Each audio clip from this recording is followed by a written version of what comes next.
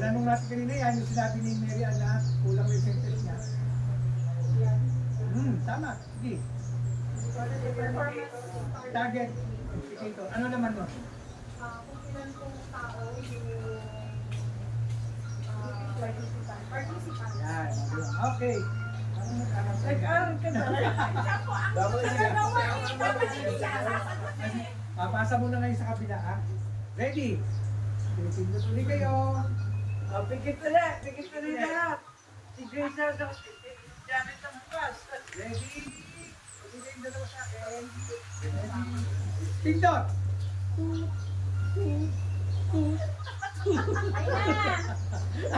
Nauna kayo, galing na sa inyo sila. Ginaya ko lang siya. Nauna sila, kayo naman ang sasagot ngayon. Pag sinabing sex, ano ibig sabihin ng sex? Sagad, ano ibig sabihin ng sex? Male or female? What you were born with. Kung ano yung pinanganak ka, male or female.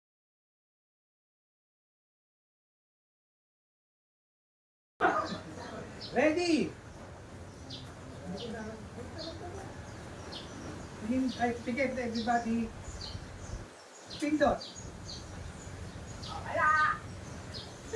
Okay! Nauna kayo. Pero dalawa sa inyo mo. Sila na sumunod. Ayaw panalo kasi isa lang. Ayan, away na kayo. Away. Ayan, away.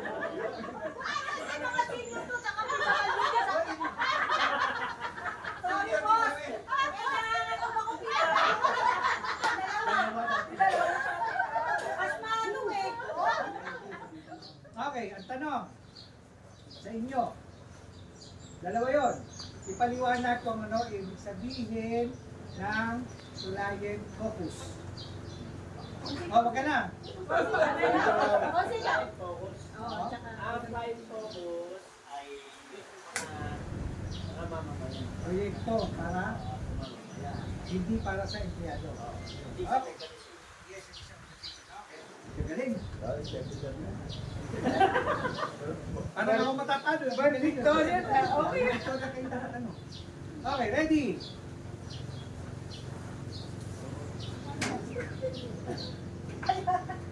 Lumingin ka sa akin. Ready? Pindot. Oh, galing ah. Nauna na kayo. Parang tama sagot nyo. 3. Kaya lang nauna sila.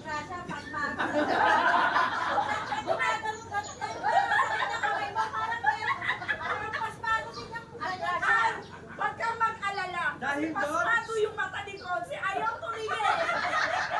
hindi tumitingin. Hindi nyo Ayaw nakikita. masaya. Hindi nyo nakikita. Sorry, lumalaban ng pareha. Ayaw ba eh. Kanina pa ako nakagano na hindi mo ako kasi ano eh. Sabi ko, hindi ka na nakatingin sa akin.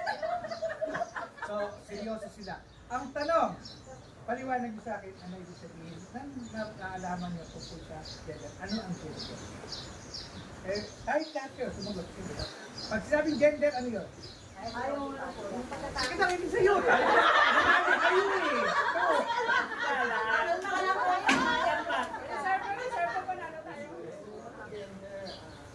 Di ba yun nga, yung ano yung born with, tapos hanggang sa kung ano yung pinalakihan mo na, Yun. yung magiging Okay, gender. Good. May kasunod na tanong.